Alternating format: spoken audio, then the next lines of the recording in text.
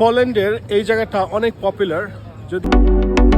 ক্রাকু হচ্ছে পোল্যান্ডের দ্বিতীয় বৃহত্তম শহর। ক্রাকু শহর সবচেয়ে পুরনো একটা সিটি পোল্যান্ডের মধ্যে।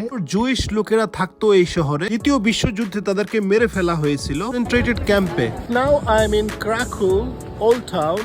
চার্চটা আপনার ক্রাকু শহরের পুরান টাউনে অবস্থিত এবং এখানে প্রচুর ট্যুরিস্ট আসে। আপনারা দেখতেছেন এই যে ট্যুরিস্টরা এখানে অনেক খোলামেলা মাঠে অনেক কেনা বেচা করে, এই যে কালারফুল জিনিস বিক্রি করে। তো একটা জিনিস দেখাচ্ছি আপনাদেরকে, এই যে বিক্রি বেচা কেনার মধ্যেও অনেক কিছু শিখার আছে আমাদের।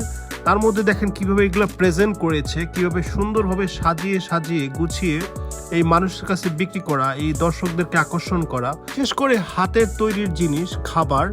পোলিশ লোকেরা এটা আপনার ট্যুরিস্টদের নিঃসন্দেহে মুগ্ধ করে।